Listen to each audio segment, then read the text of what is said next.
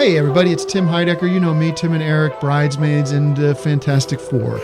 I'd like to personally invite you to listen to Office Hours Live with me and my co-hosts, DJ Doug Pound. Hello. And Vic Berger. Howdy. Every week we bring you laughs, fun, games, and lots of other surprises. It's live. We take your Zoom calls. Music. We love having fun. Excuse me? Songs. Vic said something. Songs. Music. I like having fun. I like to laugh. I like to meet people who can make me laugh. Please subscribe now.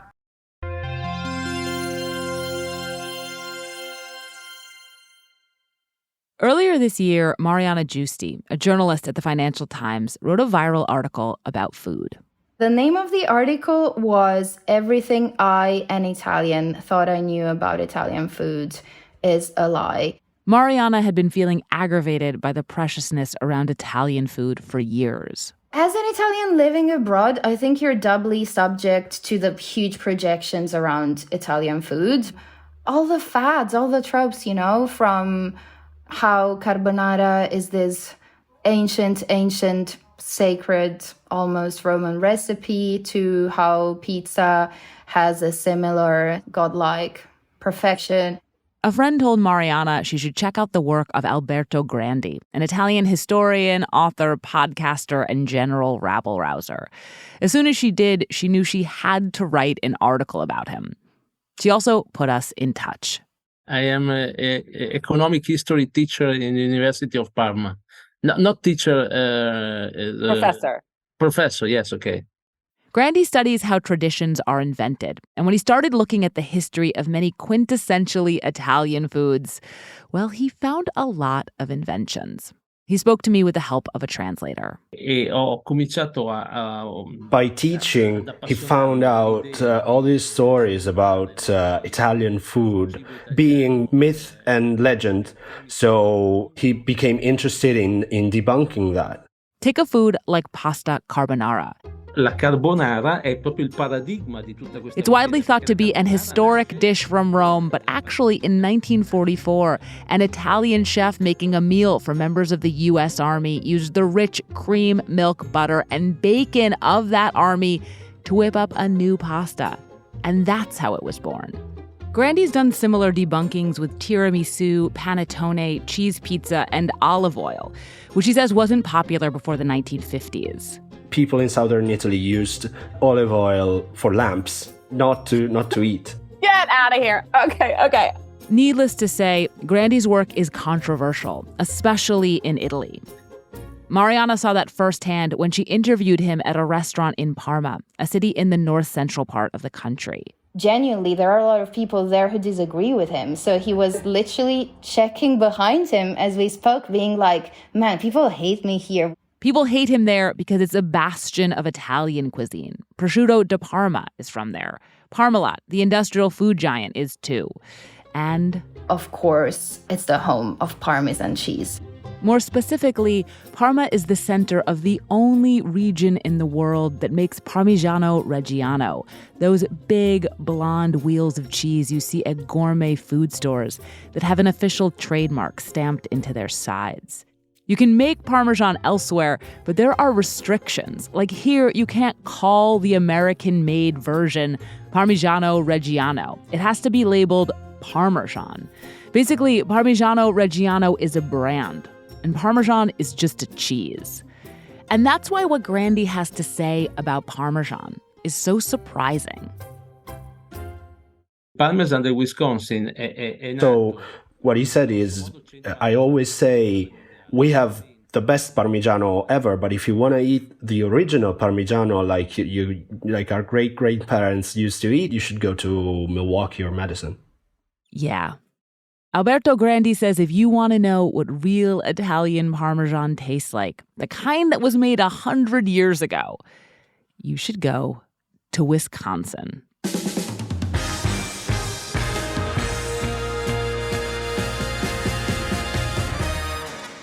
This is Decoder Ring. I'm Willa Paskin.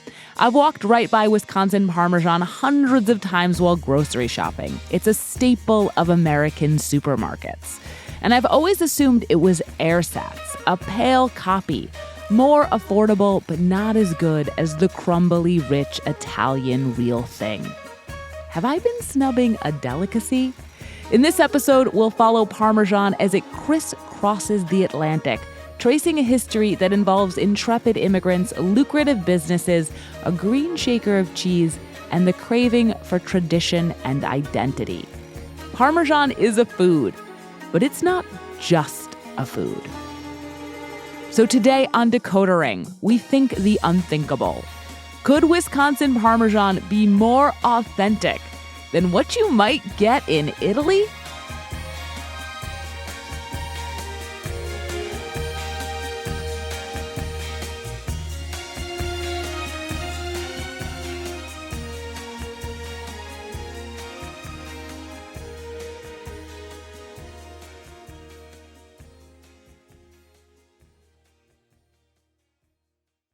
Get a new Apple Card account by July 25th and get 10% back on App Store purchases for your first 6 months, up to $100 daily cash. Terms apply.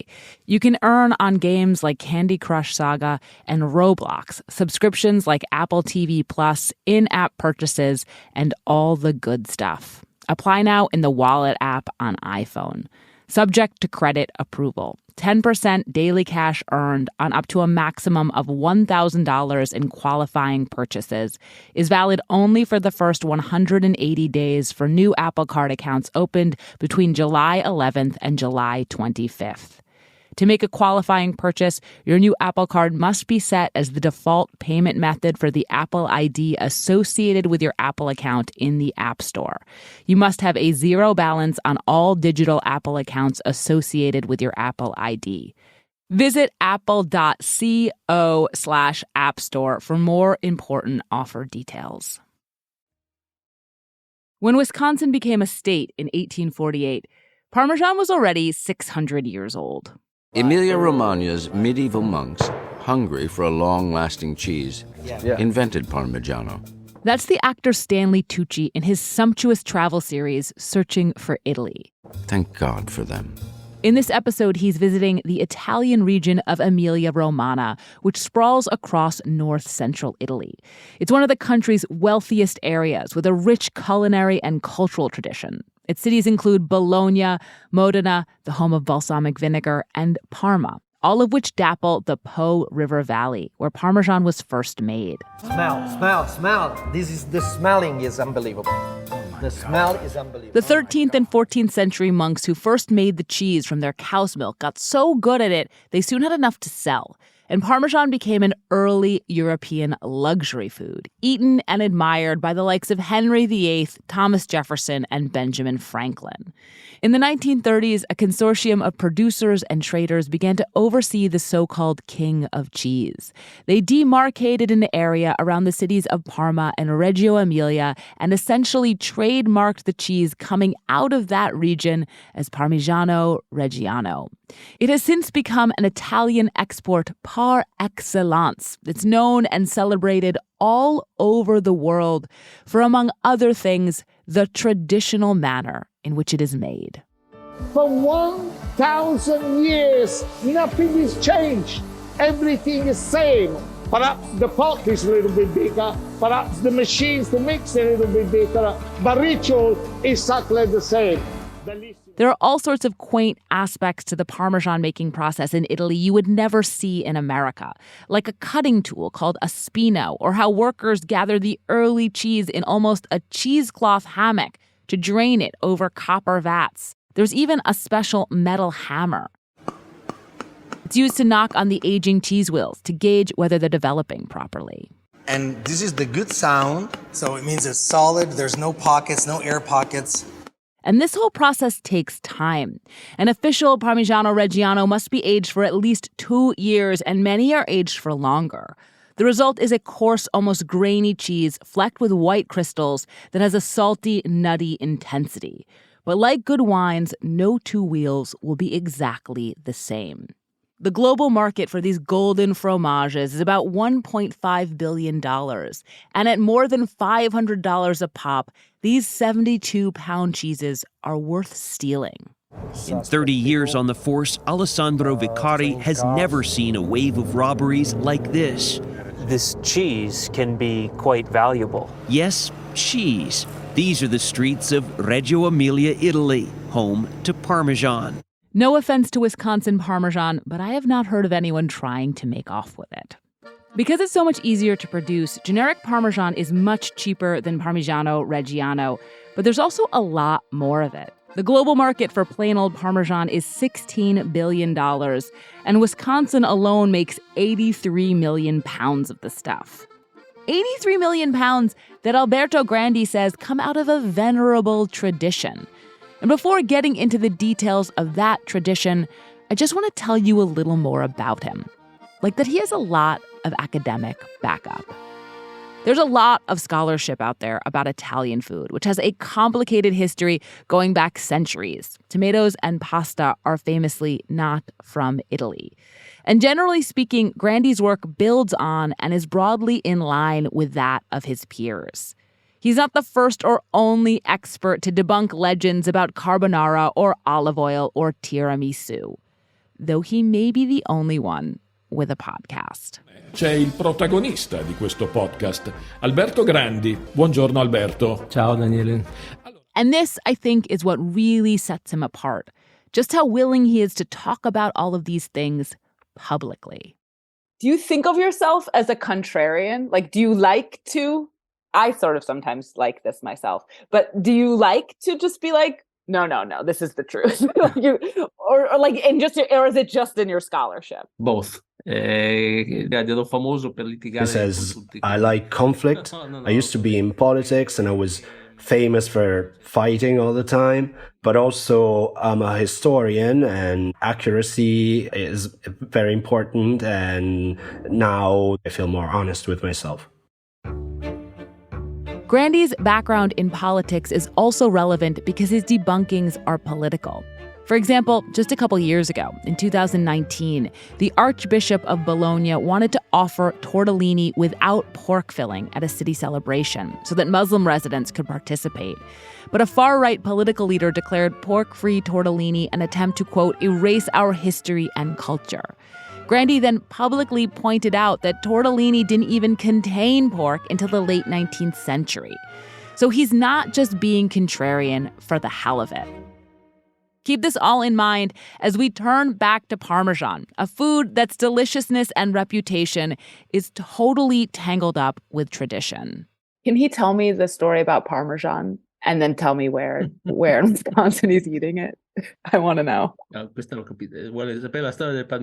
story of American Parmesan goes back to roughly 100 years ago when the Italian immigrants in between the two wars found themselves in America and headed to what they heard was the dairy state, so Wisconsin, and started making cheese that was similar to Parmigiano. What happened is, over the years, starting from the 60s in Italy, Parmigiano had an evolution that made them what they are today, while the Wisconsin Parmesan stayed more or less true to the original recipe. Grandi says the Italian stuff used to be softer and have more fat, and that it looked different, too. Completely black. He means the rind was totally black instead of the deep yellow with all of those markings on it you see on a Parmigiano Reggiano today. It wasn't a wheel. It was like a cylinder. It was tall and it was smaller. He told me the name of a Wisconsin company he thought was making a Parmesan like this. It's called Sartori. Sartori was founded in 1939 and is now a fourth-generation company headquartered between Milwaukee and Green Bay. It sells a variety of cheeses that are available in your local supermarket and also in 72 countries worldwide. And if you go to their website, you can see how different Sartori's Parmesan is from contemporary Italian Parmigiano Reggiano. It's smaller, with that black rind, and it appears to have a different texture too. Frankly, I had to have it. The idea that there is a Parmesan being made in the Midwest right now that is somehow more authentic than the one being made in the country that birthed, protects, and celebrates it? Gimme. So I ordered the Parmesan to be shipped to my house and dove into what I thought was going to be the history of a food, but turned out to be, as everything always is, a history of people. We'll be right back. This episode is brought to you by Certified Piedmontese Beef. Listen up, foodies. Make your next meal even better with real Nebraska beef. They have healthy, tender, delicious Italian heritage beef, grass-fed and sustainably raised on lush pastures in the Midwest. You can even create your own personally curated meat box that's shipped right to your door. To get 2 free steaks with any purchase over $50, use the code FREEBEEF at checkout. Learn more and shop exclusively at cpbeef.com. The Kennedys were one of the most calculated and orchestrated American families ever to live. But their biggest accomplishment was something they never saw coming. JFK was never meant to be president. Set against the glamorous backdrop of the 1940s, 50s, and 60s, we, sisters and co-hosts, I'm Bethany, by the way, And I'm Cassie. trace the steps of the family that influenced generations in a dramatic and riveting year-long investigation. Cover-ups, FBI files, murder, the mafia, the iconic Jackie Kennedy Onassis, the infamous Marilyn Monroe. In a brutal and high-stakes world, blood is always thicker than water. Blood and Business takes your hand and leads you through the vast and unforgiving turbulence of this family. What the Kennedys were really like behind closed doors. Available to binge now on Spotify, Apple Podcasts, YouTube, or wherever you get your podcasts. Blood and Business is back with a powerful and haunting story that stays with you long after you've listened. So with the intriguing Wisconsin Parmesan in the mail, I dove in on how Wisconsin and Parmesan even became 2 words you could say right next to each other and have them make sense. It all has to do with taste, inventiveness, and the business acumen of Italian immigrants. My name is Simone Cinotto, and I teach modern history at the University of Gastronomic Sciences in Pollenzo, Italy.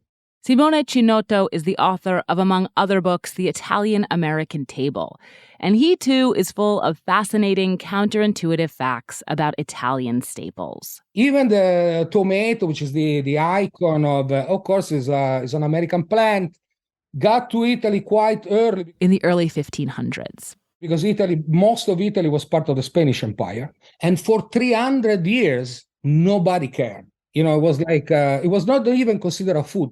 Anyway, back to the immigrants. New York City, as a port of arrival of 3.5 million of Italians between the late 19th century and the early 20th. From New York, some of these millions of immigrants moved on to cities like Chicago and Philadelphia. Many of them were from southern Italy and spoke only regional dialects. Italy had only become a unified nation in 1861, and they wouldn't necessarily even have identified as Italian. They had also been very poor. They were coming from homes with dirt floors, no running water, and a fireplace to cook over.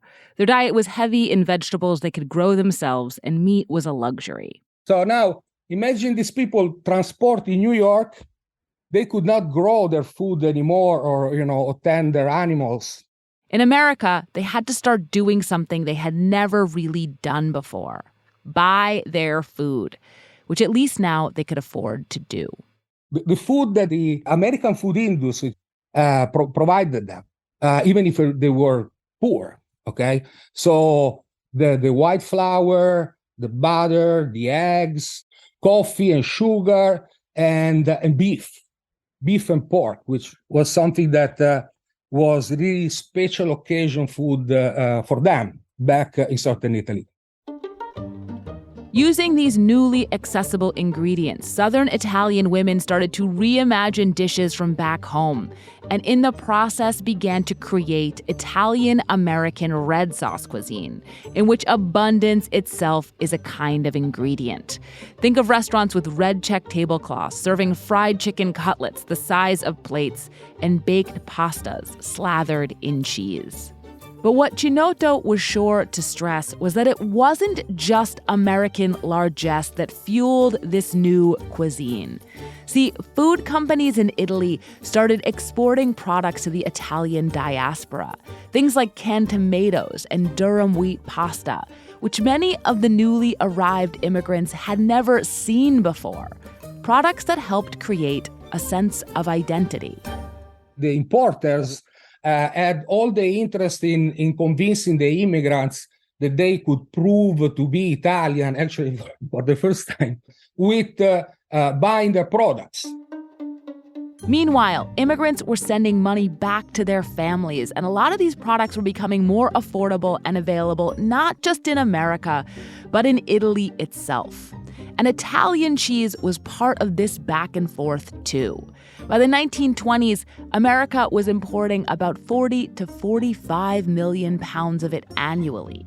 And Italian immigrants in the U.S. were about to start making cheese in their new country. And the center of that new industry was going to be in, yep, you got it. Some people call it America's Dairyland, but no matter what name we give it, Wisconsin offers a countryside of rolling green hills. I know that Wisconsin has a long and proud dairy tradition. It makes many excellent cheeses, though it's probably best known for its cheddar, its squeaky cheese curds, and the giant yellow foam cheese wedges that adorn the heads of Packers football fans. But Wisconsin Parmesan is a little niche, and I needed a guide. I found one in Mike Matiszewski. I am a retired master cheesemaker. I mastered in Parmesan, Romano, Asiago. Mike is a Wisconsinite born and raised, and he's been around cheese his whole life.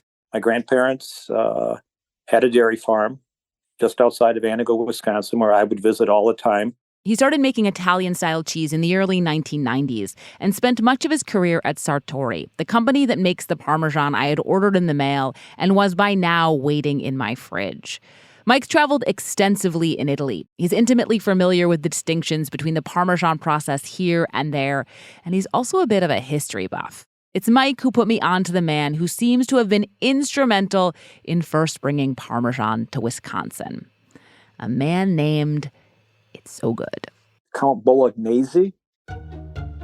Count Giulio Bolognese was an Italian diplomat who became the consul general in Chicago in 1912. He was from northern Italy, not too far from Parma, and he seems to have been a huge hit with Chicago society. There are a lot of newspaper articles about him, his strapping blonde good looks, and his willingness to participate in charity tennis tournaments despite never having played tennis. He married the daughter of an Italian immigrant and started looking for land in northern Wisconsin. 1870s, it was covered with pine, white and red pine, and they were all cut down. And it was what we called the cutover. The nature of the land was the best thing as a farm would be a dairy farm of some sort. In 1918, Bolognese bought a 1,700-acre farm in cutover country, really far north, up by Lake Superior. And pretty soon, articles were referring to the kind of cheese he was making there. Yes, a Parma cheese.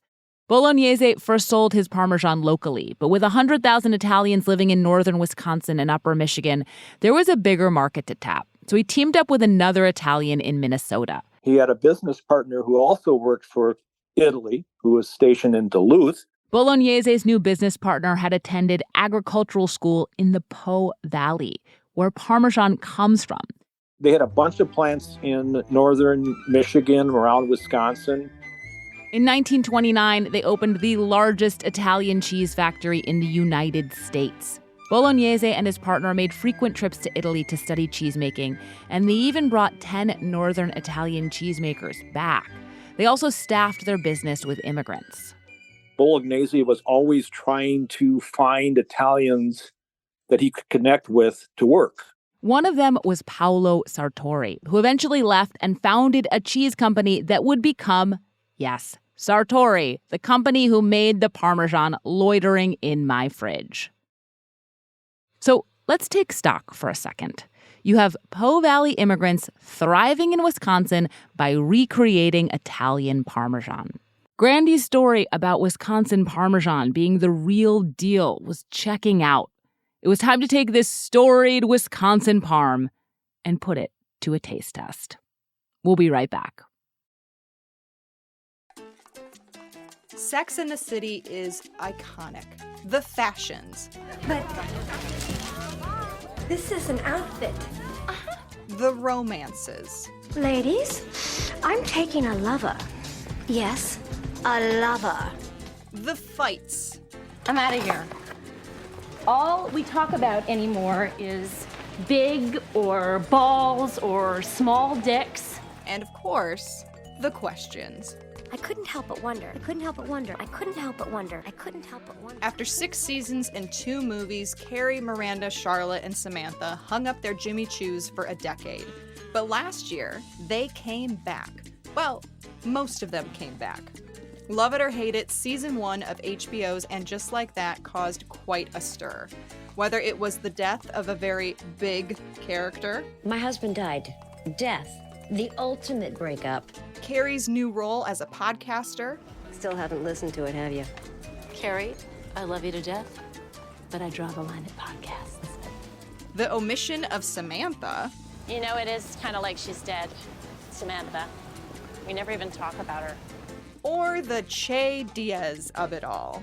You're not happy with who you are? Step out of that box and change it! Change! We couldn't stop thinking about And Just Like That.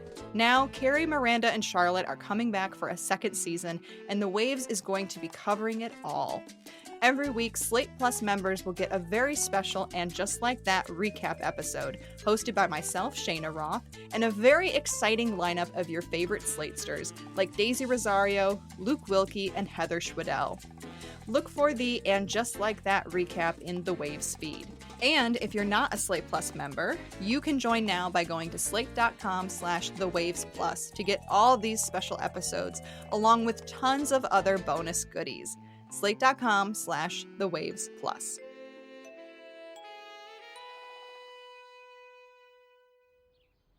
I'm Dylan Marin, and I have 30 seconds to convince you to listen to my new podcast about Jar Jar Binks. Yep, Jar Jar Binks. Okay, so Jar Jar was actually played by an actor named Ahmed Best, and he became the subject of one of the internet's very first hate campaigns. So we made a podcast all about the early internet Star Wars cultural backlash, Jar Jar, and what happens when internet hate gets too real. Whew, okay. Listen to The Redemption of Jar Jar Binks wherever you get your podcasts. So remember what Alberto Grandi said. Italian immigrants had gone to Wisconsin, started making Parmesan there, and it hadn't changed. Well, Parmesan in Italy had. Now, I can't go back in time 100 years to taste either, but I could taste the current versions side by side to see if I could learn something. So Katie Shepard, Decoder Ring's producer, and I went to Bushwick, Brooklyn to do just that. We visited a store called Foster Sundry. It's a cafe and upscale grocery that sits on the corner of a street where bars and coffee shops rub shoulders with dollar stores and bodegas. It's got big glass windows and a long, well-stocked cheese counter, and it's a butcher, too. They were turning half a pig into sausages while we were there.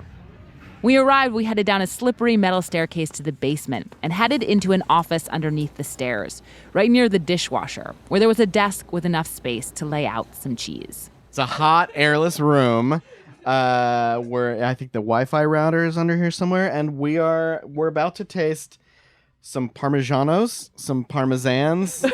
That's Aaron Foster, the owner. He's been a cheesemonger for 20 years. Among other things, he's opened the cheese counters at 2 very high-profile Whole Foods in New York City and studied at the Slow Food Institute in Italy.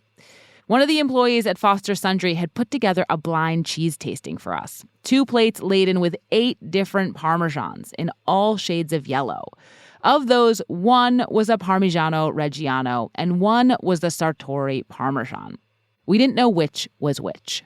So yeah, you bring it up close to your face, you smell it, you're pinching it in your fingers a little bit, your fingers are going to get greasy. Pinching it, that's so fun to pinch cheese. We tried all 8 Parmesans, but I'm going to focus on the 2 this whole test was set up for.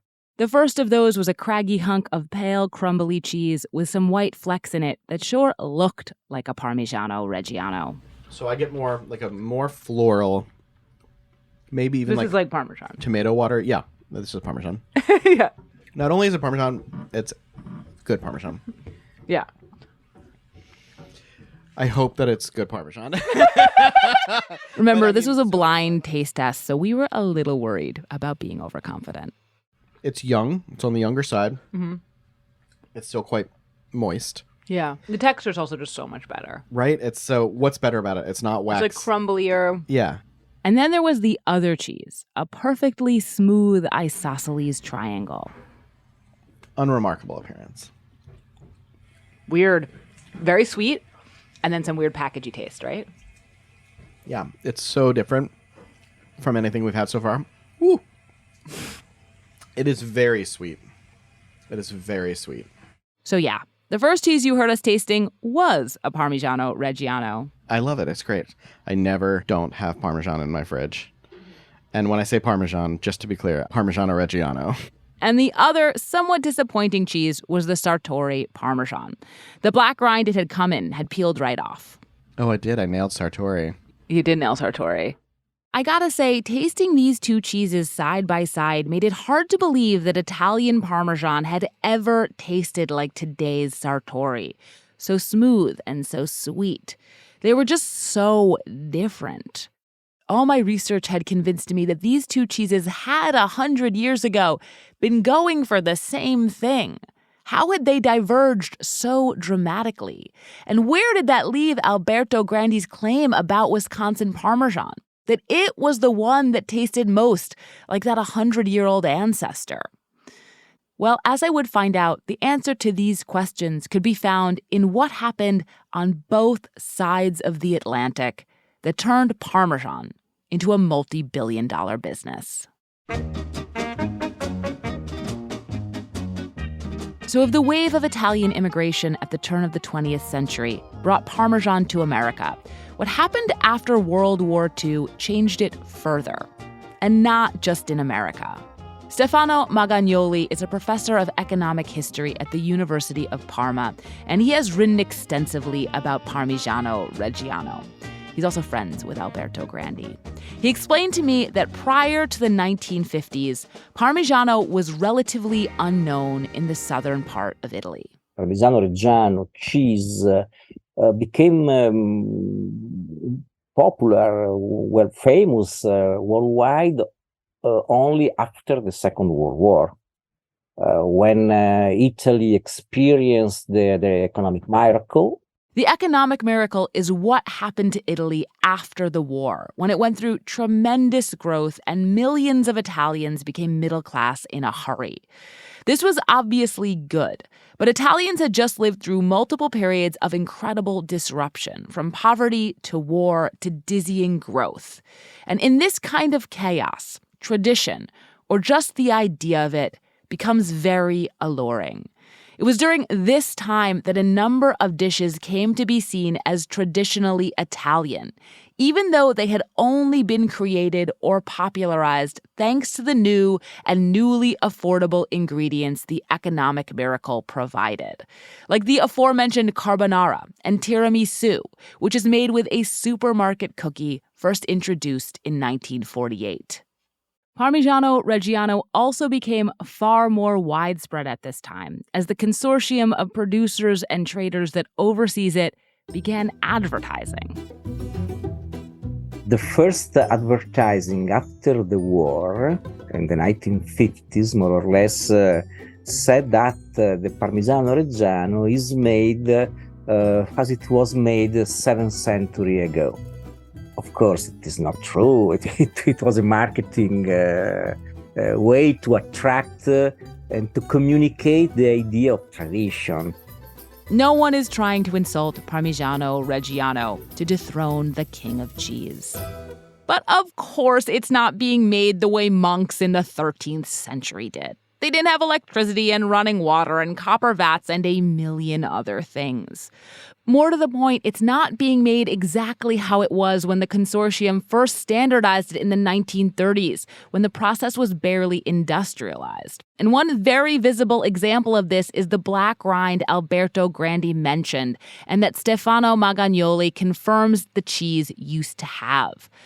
Magagnoli says this color formed naturally on the surface of the cheese, but that in 1963, the consortium decided to start scraping it off so they could leave markings directly on the now blonde rind to make it harder to counterfeit. Every 2-3 weeks, they have to use a tool to remove the fat from the surface of the wheel. The consortium changed the cheese to keep control of it, to help grow it into a bigger and bigger business. Meanwhile, in America, something else was changing for Parmesan in the post-war period. The people eating it.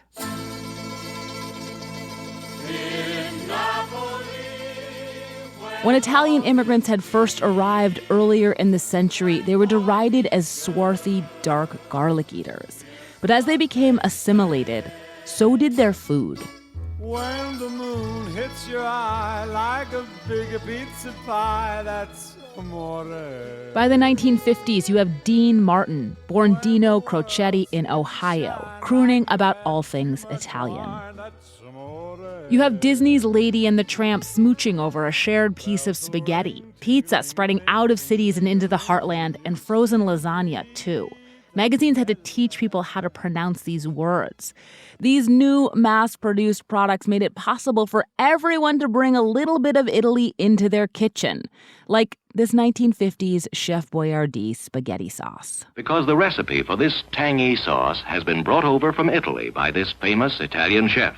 But as more and more of these Italian-inflected products flooded the market, it turned out they didn't really have to taste Italian or even particularly good. Do you remember when you first tasted Parmesan?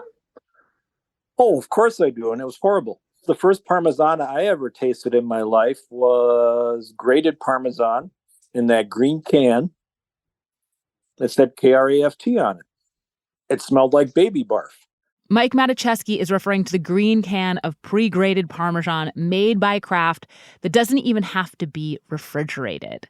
These Kraft canisters became available after World War II and were a staple of American life. Nearly as recognizable as a Campbell's soup can and advertised all over TV, as in this ad from 1969. Think we're only good on Italian food? Think we're only good on Italian food, this blown-out sounding commercial says. Then it shows the green can being shaken over soup, salads, and pizza, and finishes with the line, Kraft Parmesan is as American as pizza pie.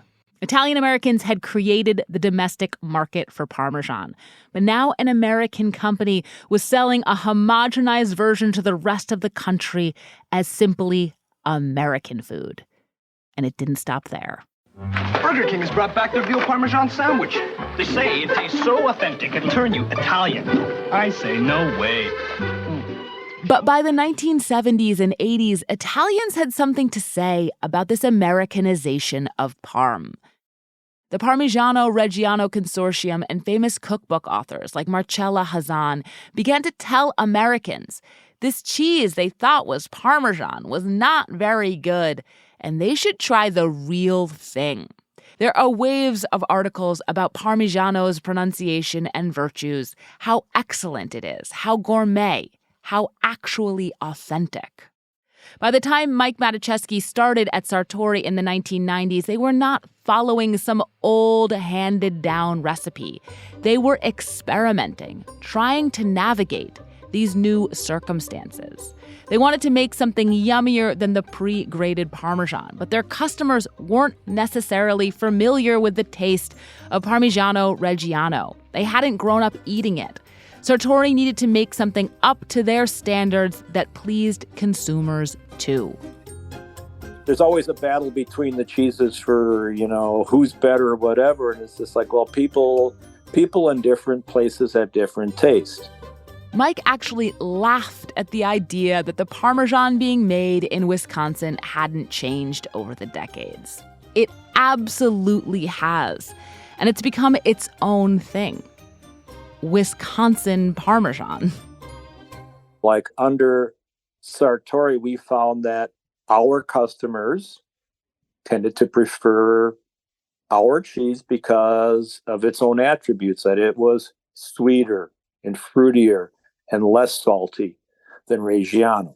Mike explained that the black rind on Sartori was meant to appeal to customers too. It's actually not a rind. It's a decorative wax that is put on late in the process. It's meant to make it look like what Parmesan looked like back when Count Bolognese was making it. It's meant to make it look traditional, but in the Italian-American Wisconsin way. Not that Mike can't appreciate a good, traditionally made Italian cheese. When we were talking, he started reminiscing about one he'd eaten in Italy. There was this 9-year-old Reggiano. It was just like, oh my God, it was just amazing. Absolutely amazing. One of the best cheeses I've ever had in my life. But it's 9 years old. And you would never see that cheese in the United States. Absolutely never. You would never see that cheese in America because it just takes too long to make. It wouldn't pay. There isn't really a market for high-end American Parmesan. Italy's got that cornered. This sort of thing came up a lot talking with Mike, how different business models have produced different kinds of Parmesan. Simply put, Parmigiano Reggiano is a gourmet product that commands gourmet prices. Parmesan in the U.S. is an industrial product made faster and in vaster quantities. That means it's more affordable and reaches more people. They're both very successful products, but they are also very different cheeses. Do you have a preference? I know that's maybe a loaded question, but... Well, of course that's a loaded question. My own cheese is the best, right? Okay. Wisconsin, taste the reason the dairy states our name. Wisconsin, Wisconsin, taste our flame. I had one more thing to do. Sto pensando perché io sono stato a Milwaukee nel 2007-2008. So, yes, I reached back out to Alberto Grandi to tell him that I had unintentionally out-contrarianed a contrarian and that he was wrong. Wisconsin Parm is not the same cheese it was 100 years ago. And though its Italian cousin, Parmigiano Reggiano, is different too, it's less different. He still insisted that Wisconsin Parmesan looks more like that ancestor than Italian Parmigiano does, thanks to that black wax. But he was otherwise a very good sport. He basically agrees with Mike Matiszewski that it's all about different people in different places having different tastes and how all of this adds up to create something authentic to them. Alla fine di tutta questa storia. So ultimately, what I wanted to underline is this absurd pretense that Italians have to plant an Italian flag on Parmesan and say, like, you shouldn't even call it Parmesan because they are clearly different cheeses with clearly different markets and different prices and different tastes. There's a real irony to what Grandi had to say about Wisconsin Parmesan. And it's that all of his provocative debunkings of Italian food myths are driven by a purpose. To convey that foods are constantly changing, just like people. He said his whole mission and ultimate goal is to tell people that you cannot freeze identity. Because if you freeze identity and tradition at one point, you end up killing it. We invent traditions to preserve a connection to our past, to make things we love feel permanent and unchanging, whether that's a cheese or something less tangible, like where we're from. But those connections are only as permanent and unchanging as we are, which, let's face it, isn't very. The traditions that endure are the ones that keep up with us. It's like when you're on a train and a second train appears on a parallel track running at the same speed. When you look at it, it can seem like no one is moving at all, even though both trains, both us and our traditions, are hurtling forward. Parmesan, even with all its rules, has been moving with us. It started as an Italian tradition, but when you make something this good, people are gonna spread it, adopt it, change it, and make it into a tradition of their very own.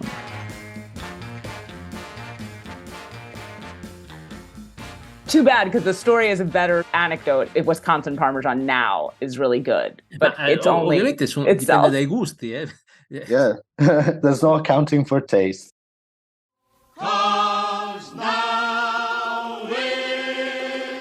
Hey, mambo Italiano, hey, mambo Italiano, go, go, go. This is Decoder Ring. I'm Willa Paskin. You can find me on Twitter at Willa Paskin. And if you have any cultural mysteries you want us to decode, you can email us at decoderring@slate.com.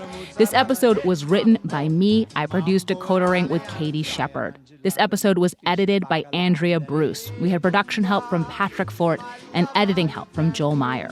Derek John is Slate's executive producer of narrative podcasts. Merritt Jacob is senior technical director. I want to give an especial thank you to Giacomo Stefanini for translating. I'd also like to thank Fabio Parasecoli, Ken Kane, Thomas McNamee, Dan Weber, Irene Graziosi, James Norton, and Ian McCallan, whose knowledge and book Red Sauce, How Italian Food Became American, were extraordinarily helpful, and I suggest that you pick up the book. You should also all go read Mariana Giusti's article in the Financial Times, and if you feel like nerding out, I also recommend the 1948 academic study, Italian Cheese Production in the American Dairy Region. We also included clips in this episode from David Rocco's YouTube channel about how Parmigiano Reggiano is made, and from Gennaro Contaldi's YouTube documentary on the same subject. If you haven't yet, please subscribe and rate our feed on Spotify, Apple Podcasts, or wherever you get your podcasts, and even better, tell your friends. If you're a fan of the show, I'd also love for you to sign up for Slate Plus. Slate Plus members get to listen to Decoder Ring without any ads, and their support is crucial to our work. So please go to slate.com/decoder plus to join Slate Plus today. We'll see you next week.